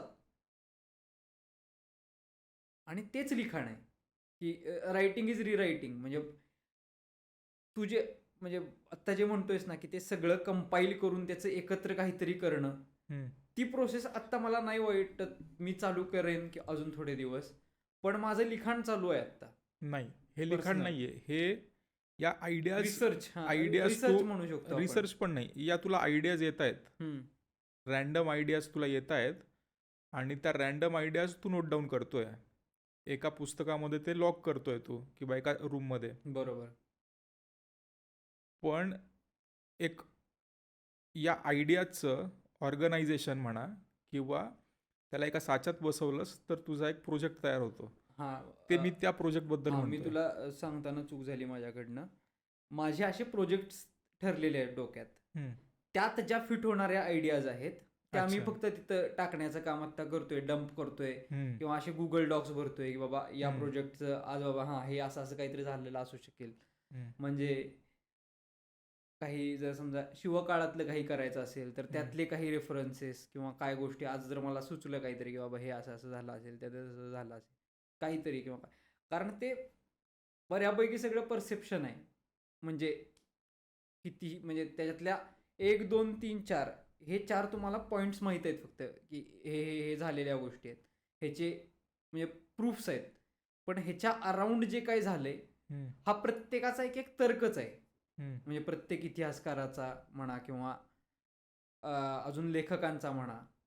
तर माझा जो काही तर्क असेल त्या हम्म. ह्याच्यात तो मी शोधण्याचा प्रयत्न करतोय आता, असं आपण म्हणू शकतो की त्या गोष्टींच्या अराउंड किंवा काय त्याला थोडक्यात एक ॲक्च्युअल रायटिंग प्रोसेस आहे नाही चालू. आहे आहे. ही रायटिंग प्रोसेस नाही, एक रायटिंगचा भाग आहे किंवा हम्म, आर एन डीचा भाग झाला बरोबर बरोबर. ॲक्च्युअल. कारण जेव्हा तू लिहायला घेतोस हम्म, त्याच्यामध्ये हे अर्ध्या गोष्टी इधर स्किप होतील किंवा बरोबर रिसर्चला बरोबर बरोबर मदतीला बरोबर येतील होतात फक्त. होतात होतात. किंवा असं होतंय की कदाचित हे पहिल्या ड्राफ्टमध्ये असेल सुद्धा सगळंच्या सगळं, पण जे प्रोजेक्ट असणार आहे ते त्यातलं काहीच नाहीये हे सुद्धा असेल. पण तोच त्या प्रोजेक्टची जर्नी आहे ना ती, असं की बाबा आत्ता जे काय आहे त्याच्यावर जर मी आज मी हे केलंय हे अॅक्नॉलेजच नाही केलं तर मला ते काम करायला उद्या हेच नाही मिळणार तो आहे. एक भाग झाला. हां. म्हणजे तुला कुठे जायचंय तर तू बॅग पॅक करतोय, हां. कपडे टाकतोय बरोबर याच्यामध्ये. बरोबर बरोबर पण ऍक्च्युअल रायटिंग जर्नी तेव्हाच सुरू होते जेव्हा तू घरातून बाहेर पडतो बाहेर ते हे पडतो. घेऊन. हां. ते चालू आहे आता.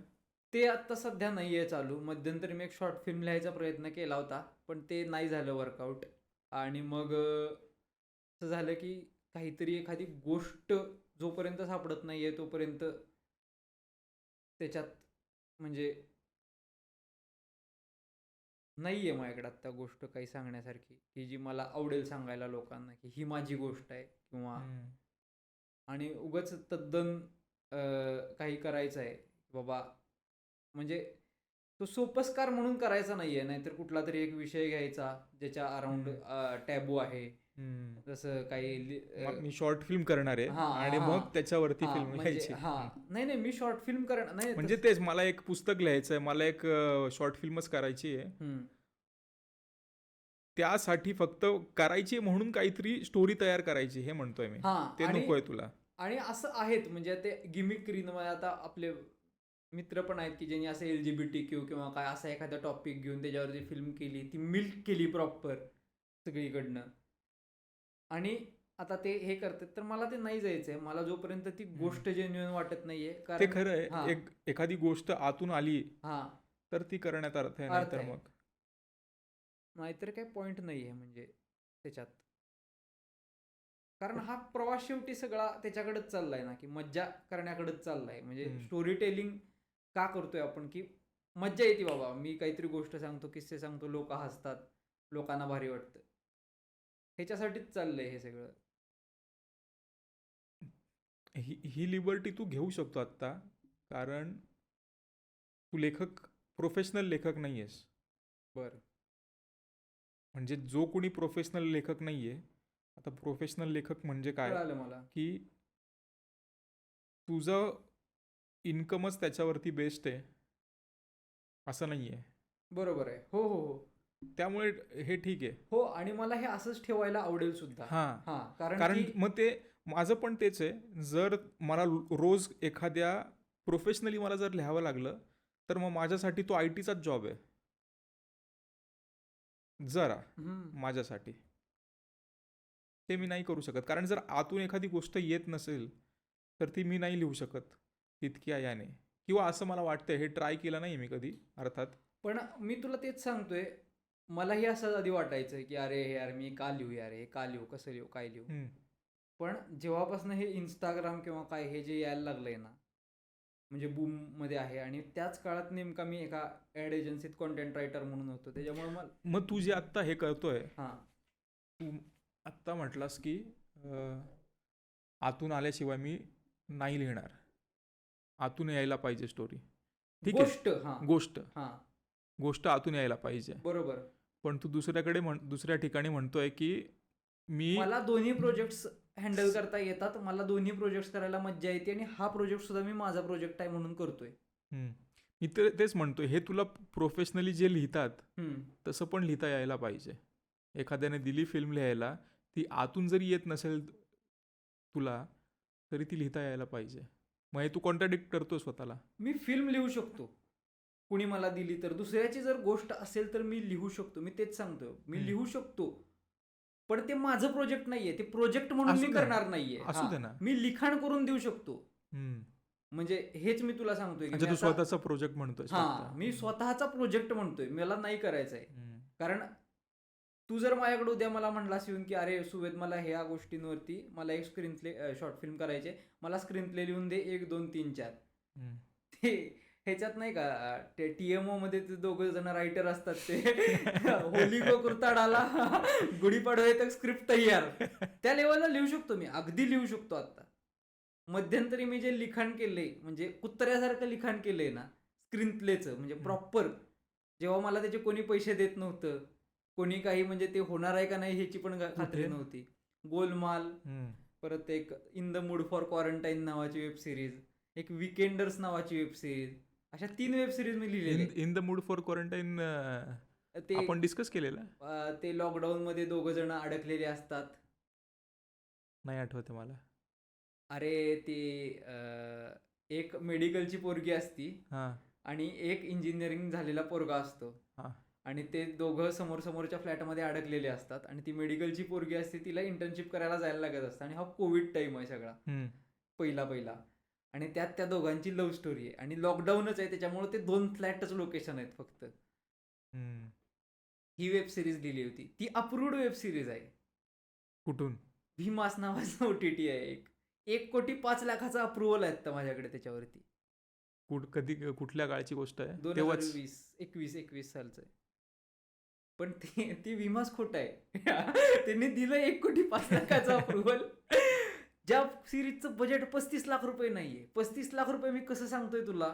म्युझिक LA मध्ये रेकॉर्ड केलं किंवा काय, ह्या हिशोबाने विचार करून त्याचं 35 लाख रुपये बजेट काढलेलं. त्या बजेटवर मला आज 1,10,00,000 रुपयाचा अप्रुव्हल आहे. का नाही झालं पुढे ते? अरे का करायचंय? का करायचं म्हणजे? फेक आहे अप्रुव्हल. ती कंपनी फेक आहे. तू प्रोजेक्ट घेऊन काय करतो? ती नंतर हे झाली ना. अरे पण लक्षात तुला आली. 1,05,00,000 दिल्यावरच कळतं ना बेंचवर. इथं केलेल्या कामाचे पैसे देत नाहीत लोक. 3-3 महिने फोन करायला लागतायत, मेसेज करायला लागतोय, फोन उचलत नाही म्हटल्यावर मी सुसाईड करायला लागलोय. हे करा. माहितीये का तुला तो किस्सा? नाही. मी आणि गहुदळेने एक प्रोजेक्ट केलेला KSBच्या त्या ऍड शूट्स. सगळं मिळून म्हणजे असं पकड की आम्हाला एक्स अमाऊंट मिळाली होती. ते प्रोजेक्ट एक्झिक्यूट करायला दोघांना, म्हणजे ठरली होती, मिळालेली नव्हती. एक्स अमाऊंट ठरली होती. आमच्यावरती एक होता आलोक म्हणून, त्याला 2x अमाऊंट मिळाली होती, म्हणजे त्यानं ती 2x अमाऊंट सिक्युअर करून ठेवली होती. आलोकनं एका एजन्सीकडनं हे घेतलं होतं, तिकडनं 8x अमाऊंट आली होती. 8x 2x x, आणि त्या एक्स मधले सुद्धा त्यांनी आम्हाला 50% पैसे सांगितलेलं की 90 दिवसात देऊ आम्हाला म्हणून. 90 दिवस झाले, त्याला आम्ही फोन करतोय, मेसेज करतोय, अरे आ रहा है, कर रहा हूँ पेमेंट, ये कर रहा हूँ, वो कर रहा हूँ. मग एक मी मेसेज केला होता त्याला की आजच्या आज पेमेंट करा नाहीतर मी सुसाईड करतोय. तर त्या माणसानं जाऊन माझी पोलीस कंप्लेंट लिहिली आहे. हा, हिंजवडीत आहे ते, अजून माझ्याकडे आहे तो डॉक्युमेंट की हा मुलगा असा हे करू शकतो आणि तो हे करू शकतो, म्हणजे सुसाईड करू शकतो. हे नव्हतं माहिती मला. आहे माझ्याकडे तो, अजून FIR आहे, गहुदळेनंच पाठवलेला FIR ची कॉपी प्रॉपर. मग काय झालं, दिले पैसे 4-5 दिवसात त्यानं. अरे म्हणजे मला एक हेच कळत नाही, जर मला दिसतंय समोर की तुला 8x पैसे मिळालेत, ठेव ना 7x तुझ्याकडे, मला नको आहेत पैसे बाकीचे, मला तू जेवढे ठरवले होतेस तेवढे दे, तेवढ्यात मी खुश आहे. पोलीस आले होते म्हणजे कॉल केला होता का? काही नाही, कॉल पण नाही केला. नाही, काही नाही केलं, काहीही नाही झालं. फक्त त्यांनी ते लिहून घेतलेला आज पण आहे माझ्याकडे तो पेपर. त्यांनी गहुदळेला पाठवले होते फोटो त्याची कंप्लेंट रजिस्टर करून, आणि ती हिंजवडीच्या पोलीस स्टेशन मध्ये रजिस्टर केलेली.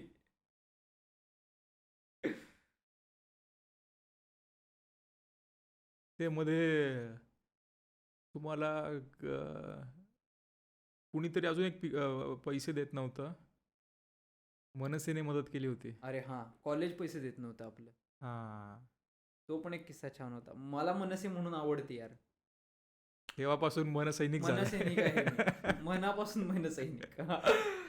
अरे तू मला सांग, आपल्या कॉलेजनं एक तो डोम बांधला होता आणि त्या डोम वरती डॉक्युमेंटरी कॉम्पिटिशन त्यांनी ठेवली होती.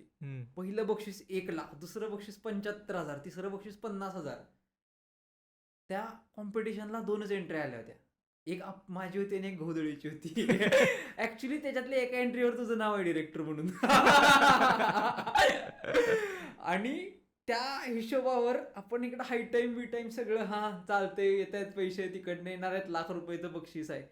आणि मग तिथं पण जो एक माळवे म्हणून जे सर होते त्यांनी पण आपल्याला असं सांगितलं, नाही 2च एंट्री आहेत तर आम्ही तुम्हाला देऊच बक्षीस, असं मग एवढ्या एडिट करून द्या, हे करून द्या, ते करून द्या, फलाना ढिमकाना, असं त्यांनी त्यांच्या हिशोबानं काहीतरी करून घेतलं. आणि नंतर ते लाख रुपये द्यायला कोण तयार होते हो दादा? लाख रुपये द्यायचे शेवटी तुम्हाला. मग त्यांनी सांगितलं ही स्पर्धा दिसबस केली आहे. हम्म. मग आपण परत पत्र पाठवलं. मग आपले कोणी ओळखीचे होते फ्रेंड, म्हणजे ओळखीच्यांपैकी, त्यांनी प्रेशर टाकलं. पण त्यांनी काही दाद दिली नाही. मग त्यांनी एक ज्युरी बसवला हम्म. तिथं की हा ज्युरी म्हणतोय ना आता नाही तर मग नाहीच. हम्म. हा तरी कोण न्यूट्रल माणूस आहे आणि तो फेमस माणूस होता पुण्यातला, आपल्याला माहित आहे. आपण गेलो होतो त्यांना भेटायला त्या दिवशी. अच्छा. मग त्याच्यात मग पण नाही झालं. मग काय ऑप्शन उरणार आहे तुझ्याकडे? मग फसवणूक केली हाच एक दाखवू शकतो ना की बाबा ह्यांनी आम्हाला सांगितलं की आम्ही बक्षीस देऊ हम्म. आणि कॉम्पिटिशन मध्ये करून घेतले आणि आमच्या 2च एंट्री आल्या होत्या, तर आता आम्हाला आमचा खर्च तरी मिळाला पाहिजे असं म्हणून ते पैसे काढून घेतलेत आपण त्यांच्याकडनं. 50,000 ₹100 MIT कडनं. एकाच याचे आलेत 50,000 आले फक्त. नाही, त्यांनी तेच सांगितलं की तुमचा दोन्ही ह्याचा मिळून किती खर्च झालाय तुम्हाला. हम्म. बक्षीस होतं 1,75,000. हम्म. आपण त्यांना फुटेज विकलं थोडक्यात. हम्म. आणि कुणी मदत केली होती? किशोर शिंदे म्हणून इथे एक आमदार होते ते? आमदार नाहीयेत ते, होते ना आधी? उभा नाही, अजून नव्हते? नगरसेवक होते ते. अच्छा. आता ते आमदारकीसाठी इच्छुक असतात. म्हणून त्यांनी खूप मदत केलेली. त्यांनी ते शशांक आमराळे म्हणून एक आहे इथला मनविसेचा अध्यक्ष, त्यानं मदत केली होती. खूप मदत केली त्या लोकांनी. म्हणजे मला तरी पर्सनली 2-3 वेळेला तरी असं त्यांनी लोकेशन अवेलेबल करून दिलंय, हे करून दिलंय, ते करून दिलंय फोनवरती. आणि काहीही ओळख नसताना, आणि काही अपेक्षा न ठेवता. काहीही अपेक्षा न ठेवता, काहीही ओळख पण नाही रे. म्हणजे असं नाही की बाबा मी कुणाच्या भावाचा मित्र आहे किंवा काय. मला फक्त थोडंसं एक म्हणजे ते आहे की मला बोलायला येतं जरा छान लोकांशी, हम्म. जेणेकरून संवाद वाढतो किंवा काय हे होतं, एवढ्या गोष्टीवर फक्त.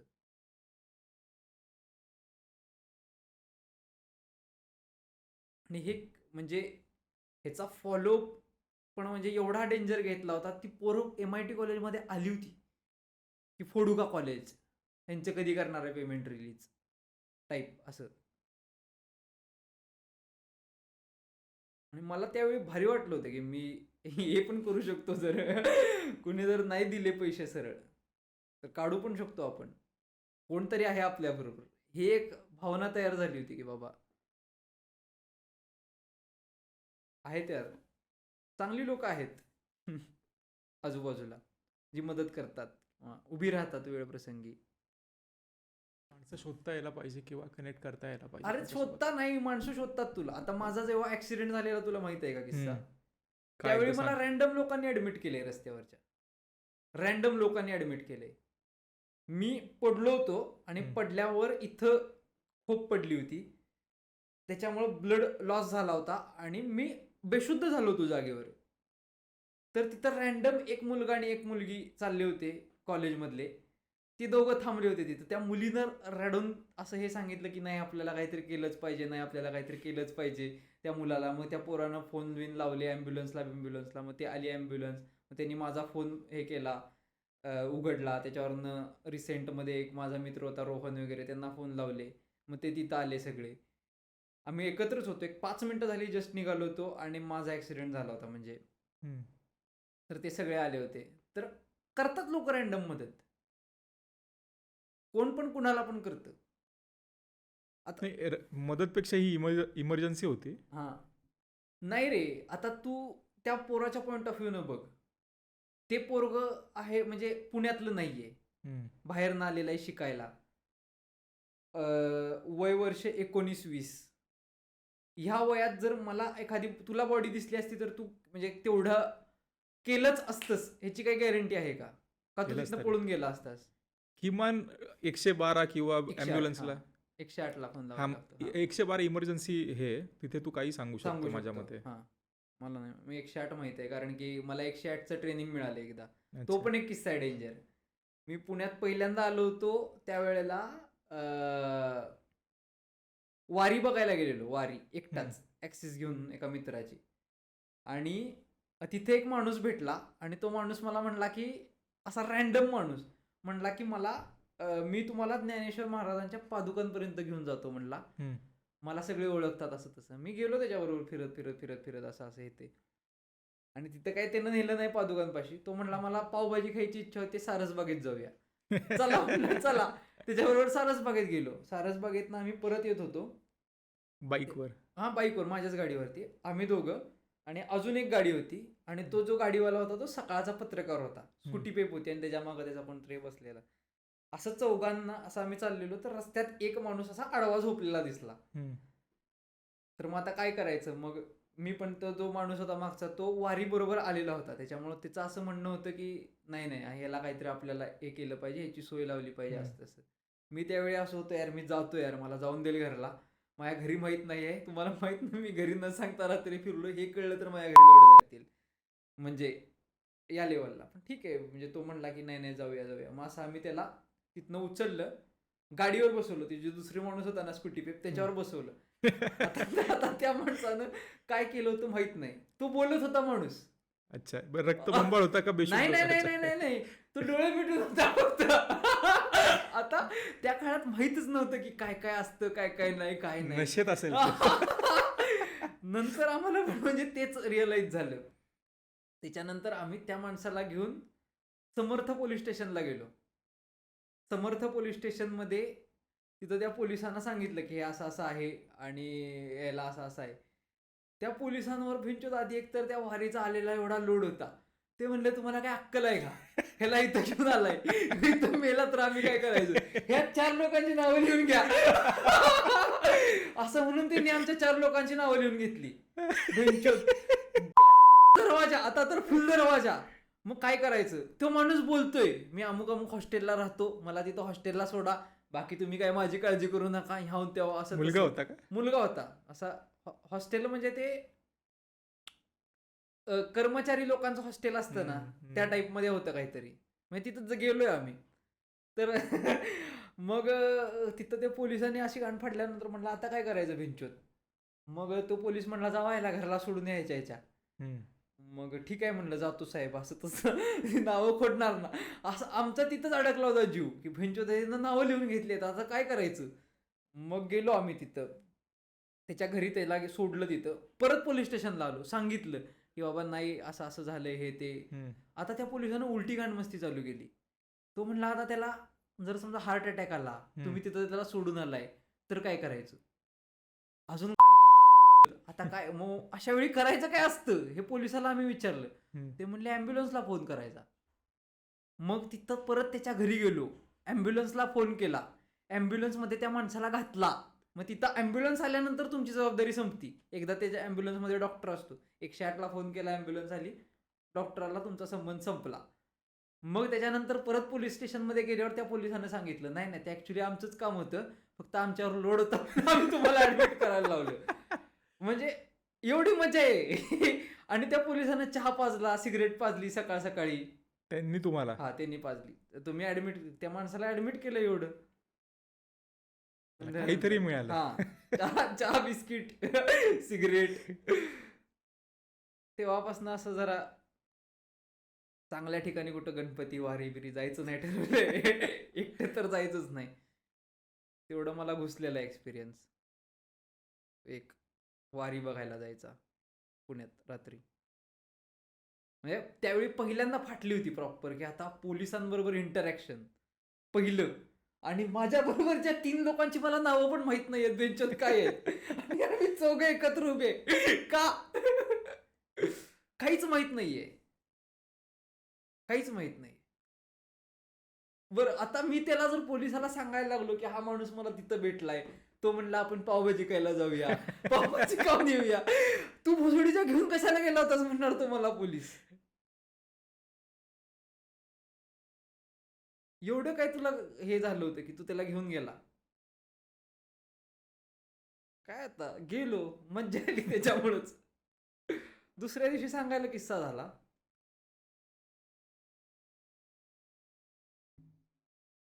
पण एकंदरीत अशी मजा आहे सगळीच. हे नाहीये आहे तसं म्हणजे हे मी आता 100% मान्य करू शकतो की जर माझे आत्ता वडील असते तर मी आत्ता जसा आहे तसा नसतो. 100% नसतो. खरंय. काहीतरी अजून काहीतरी विचित्र करायची खुमखुमी असती किंवा अजून पण आहे असं नाहीये पण त्याला एक साचेबद्धपणात आणून ते करण्याचा आता थोडासा प्रयत्न आहे. जे काही करू त्याला. किंवा माझा जॉब आहे. मला जॉबला जाणं पण आवडतं. म्हणजे मी 3 जॉब बदलले, पण मला काही प्रॉब्लेम नाही वाटला जॉबला जायला. ठीक आहे. जर आजूबाजूला ॲक्च्युली तो जॉब असेल तर मजा येते तिथं पण. आत्ता सध्या तरी येते. माहीत नाही भविष्यातलं काय. पण मला एक माझ्याबद्दल कळलं की मी जॉब गोईंग म्हणूनच चांगला माणूस आहे. मी जर स्वतः काही व्यवसाय करायला गेलो तर अजून तेवढी डिसिप्लिन नाही आहे माझ्याकडं की तेवढं हे करावं अशी. त्याला एक खूप डिसिप्लिन लागते. नाही आहे माझ्याकडे. रँडमनेसवरती गोष्टी चालवल्यात मी आत्तापर्यंत आणि त्या चालल्यात. केऑसमध्ये जास्त तुला रँडमनेस किंवा केऑस हां. मला तेच म्हणजे काय माहीत, म्हणजे ज्या वेळेला मी ते पहिलं प्रोजेक्ट लिहित होतो गोलमाल, त्यावेळेला आमच्या घराचं रिनोव्हेशनचं काम चाललं होतं. तर ते असं प्रॉपर ते भिंतीनं असं ते ड्रिल फोडतात ना, भिंत अशी पाडतायत किंवा काय, अशा अवस्थेत मी सीन लिहिलेत काही काही. मुद्दामून तिथं जाऊन बसून. मला असं कोणी सांगितलेलं नव्हतं. पण ते एक होतं की असं असलं तरी सुद्धा करणार, तसं असलं तरी सुद्धा करणार. असं कोण म्हणलेलं नव्हतं कर म्हणून किंवा हे कर ते कर किंवा शांतपणे खोलीत बसून करता आलं असतं मला, पण नाही केलेलं मी ते. तर ते एक स्वभाव आहेच तो. मुळं काही फायदे होतात, काही तोटे होतात.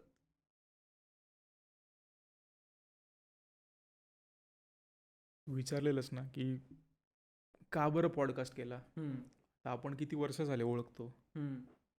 अशा गप्पा आपण नाही मारल्या किंवा एक्झॅक्टली, मला तेच पॉइंट आहे माझा की आपण एकमेकांना ओळखतो, आपण कधी एवढ्या गप्पा नाही मारल्या.